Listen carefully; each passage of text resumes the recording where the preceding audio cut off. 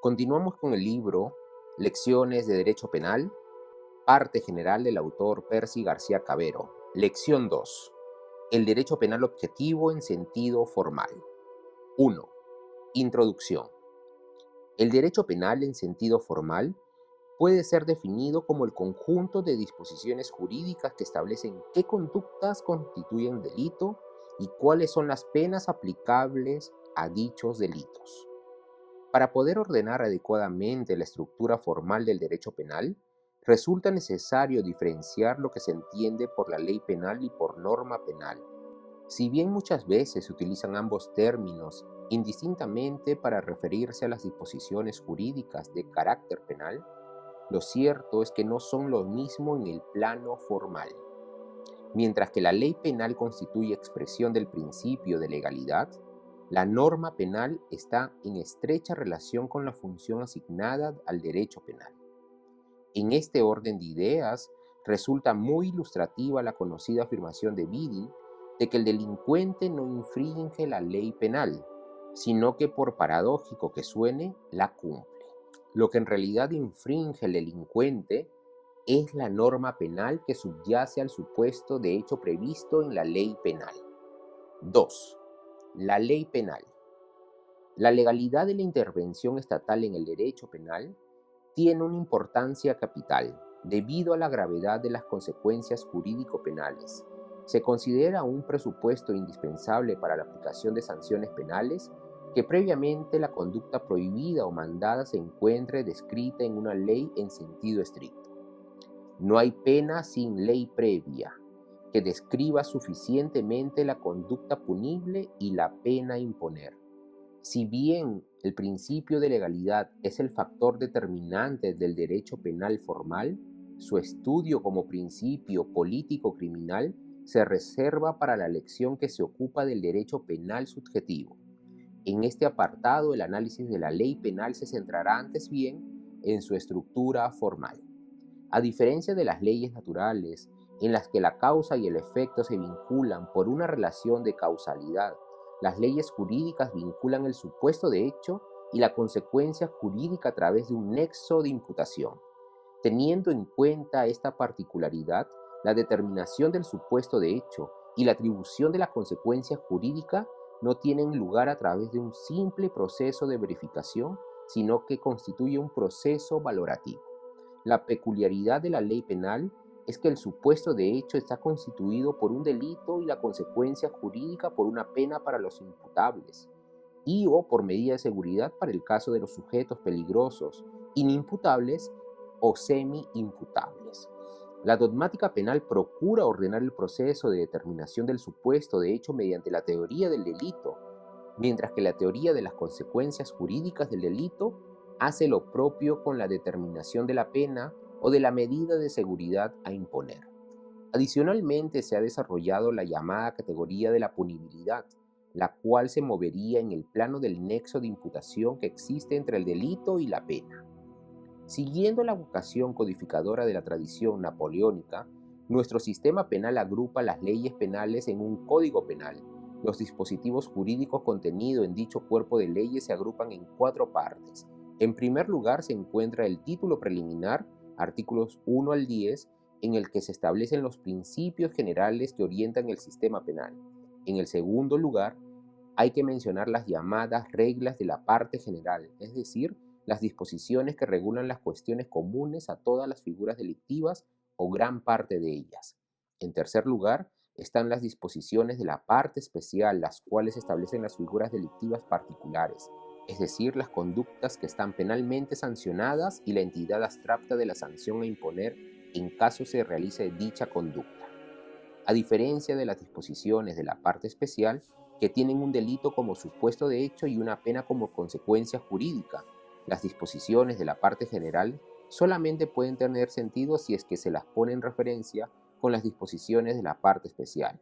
Finalmente, el Código Penal tiene una cuarta parte referida a las faltas, las cuales son infracciones de menor gravedad que contemplan penas que no alcanzan la privación de la libertad. Hay que tener presente que en nuestro sistema penal no todas las conductas delictivas se regulan exclusivamente en el Código Penal. ya que existen ciertos hechos delictivos que están incorporados en leyes independientes por razones de especialidad o de técnica legislativa. Los hechos punibles que estas leyes penales tipifican no forman parte formalmente del Código Penal, sino que se mantienen como una regulación especial. No obstante, esta separación legislativa no implica una desconexión de los tipos penales con las reglas de la parte general.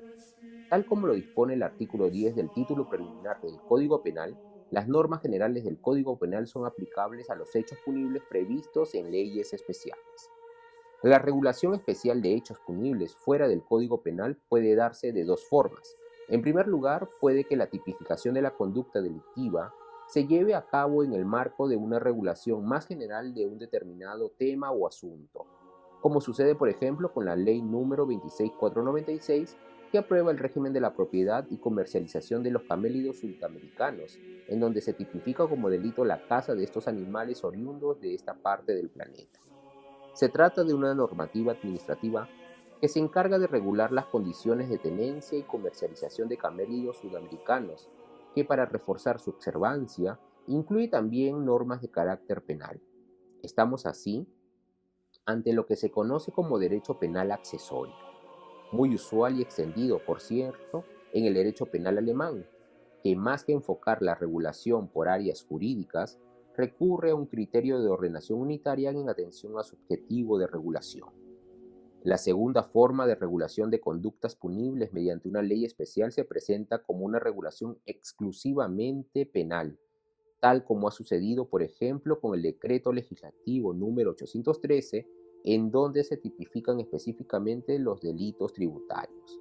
En estos casos se busca regular de manera detallada la reacción penal ante determinadas conductas penalmente relevantes, lo que por otro lado explica que estas leyes especiales tengan no solo normas sustantivas, sino también normas de carácter procesal e incluso de derecho administrativo sancionador.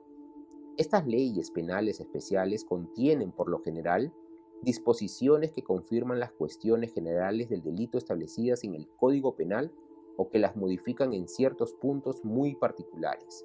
Así, por ejemplo, en la Ley de Delitos Aduaneros se hace una regulación especial de la tentativa, la cual se castiga en todos estos delitos con la pena mínima legal que corresponda al delito consumado. Un tema discutible que conviene finalmente precisar es si por leyes especiales deben entenderse solamente aquellas de carácter penal o si se incluyen además otro tipo de leyes sancionatorias, como las de carácter administrativo. Pese a la proximidad normativa del derecho penal y del derecho administrativo sancionador, consideramos que las leyes penales especiales son solamente aquellas que tienen carácter jurídico penal. Los principios que regulan la actividad sancionatoria de la administración pública se encuentran, por el contrario, contenidos en la Ley de Procedimiento Administrativo General. Si bien se admite en esta normativa muchos principios de procedencia claramente penal, existen también diferencias sustanciales entre ambos órdenes jurídicos, como lo demuestra, por ejemplo, la falta de una asunción expresa del principio de culpabilidad en el ámbito del derecho administrativo sancionador. 3. La norma jurídico-penal. En la base de toda ley penal completa, entiéndase como tal aquella que contiene un delito como supuesto de hecho y una pena como consecuencia jurídica, existe una norma penal con un mensaje prescriptivo. En función de a quién va dirigida la prescripción, la doctrina penal ha distinguido entre la norma de conducta dirigida a los ciudadanos y norma de sanción dirigida a los jueces.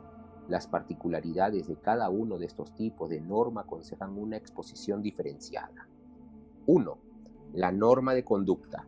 La norma de conducta ha sido entendida por la dogmática penal desde diversas perspectivas. Por un lado se encuentran las posturas imperativas que la definen como una norma de determinación dirigida a las personas para ordenarles realizar o dejar de realizar una conducta determinada. A esta línea de interpretación de la norma penal se le oponen los que consideran que dicha norma constituye esencialmente una norma de valoración, es decir, un juicio de valor sobre la conducta prohibida o la conducta mandada. No es posible prohibir o mandar algo si previamente no se le ha valorado negativa o positivamente. En la situación actual de la dogmática penal, se admite cierta complementación entre la determinación y la valoración para definir la norma de conducta dirigida a los ciudadanos. Así se dice que la norma penal es una norma de determinación en la medida que está dirigida a motivar a los ciudadanos, pero es también una norma de valoración en tanto la prescripción se sustenta en una valoración negativa de lo prohibido o positiva de lo mandado. La norma de conducta asume, por lo general, la forma de una prohibición, norma de prohibición, en la medida que proscribe la realización de determinadas conductas lesivas.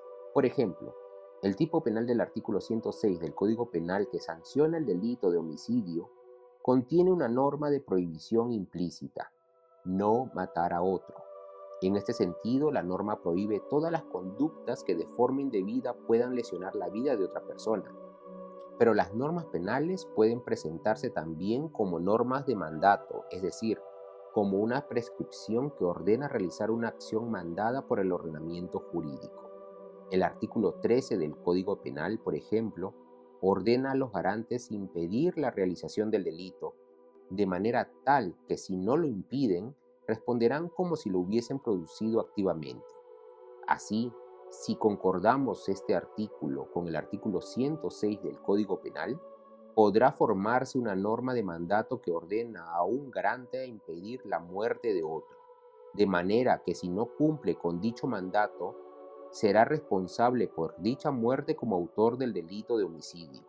Finalmente, se ha reconocido también la existencia de ciertas normas de permisión, las cuales autorizarían a infringir una norma de prohibición o de mandato en situaciones excepcionales, tal como sucedería, por ejemplo, en el caso de quien mata en legítima defensa. El artículo 20, inciso 3 del Código Penal autoriza a la persona que es víctima de una agresión ilegítima a defenderse racionalmente de la agresión. En la actualidad se presentan planteamientos como el de Lothar Phillips o el de Jacobs, que sostienen que la distinción entre normas de prohibición que se infringen por acciones y normas de mandato que se infringen por omisiones resulta superficial.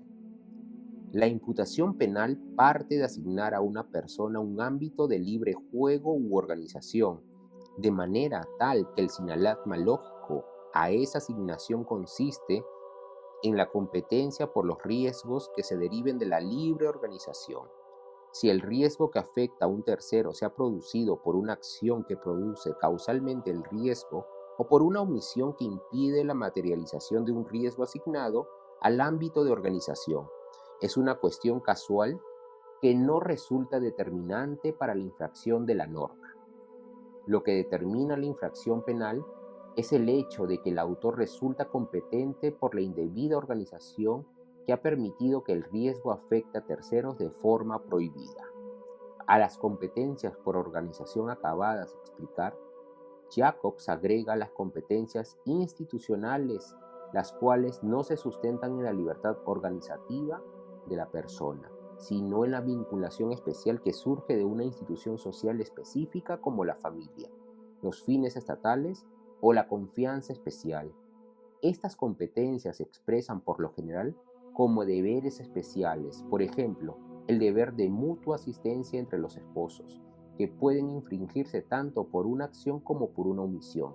Lo determinante es no haber contribuido a la preservación o generación de una situación social deseable auspiciada por la institución específica. 2. La norma de sanción. Una ley penal completa establece que si una persona realiza culpablemente la conducta contemplada como delito, se le deberá aplicar la sanción prevista. A partir de esta estructura de la ley penal, se ha deducido la existencia de una norma dirigida al juez para que le imponga la sanción al autor del delito. A esta norma se le conoce como norma de sanción. En la norma de sanción es posible encontrar también una función de determinación y de valoración. Como norma de determinación, la norma de sanción se dirige al juez para determinarlo a imponer al autor del delito la pena prevista en la ley. Pero el cumplimiento de esta orden requiere que el juez determine previamente, según la norma de conducta, si el autor realizó el hecho delictivo. Aquí la toma de sanción opera como una norma de valoración. 4. Las leyes sancionatorias no penales. Como ya se indicó, al ser el Estado el titular del jus puniendi, el derecho penal forma parte del derecho público. Esta situación presenta algunos inconvenientes para delimitar las leyes penales de otras leyes de derecho público que establecen igualmente sanciones por la realización de ciertas conductas prohibidas.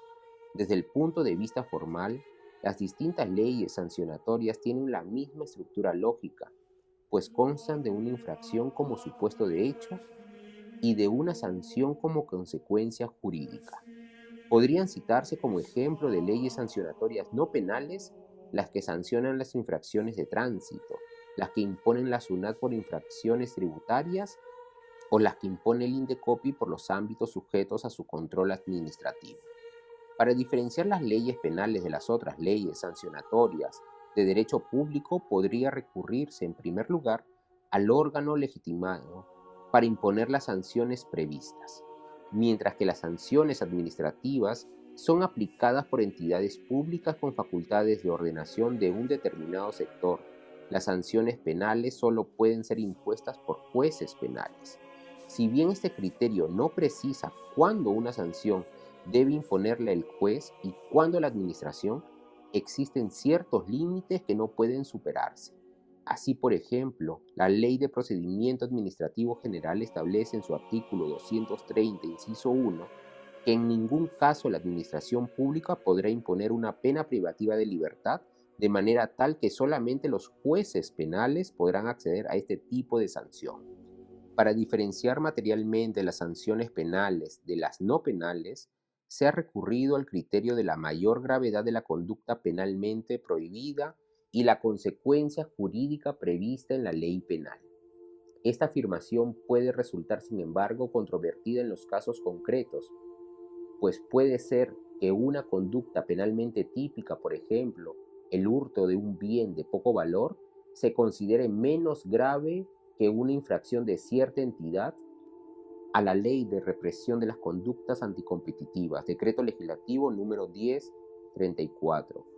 Y lo mismo puede decirse respecto de las sanciones, pues una sanción penal, como la pena de días multa por la realización de un delito de alteración de billetes, artículo 256 del Código Penal, puede considerarse de menor gravedad que la multa de 700 UITs por una infracción a la Ley de la Represión de la Competencia Desleal, Decreto Legislativo número 1044. Por estas consideraciones es necesario precisar que el criterio de la mayor gravedad del delito y de la pena frente a la infracción y la sanción administrativa solamente resulta válido en una apreciación abstracta, aun cuando puedan presentarse delitos menores que se consideren menos graves que las infracciones administrativas graves.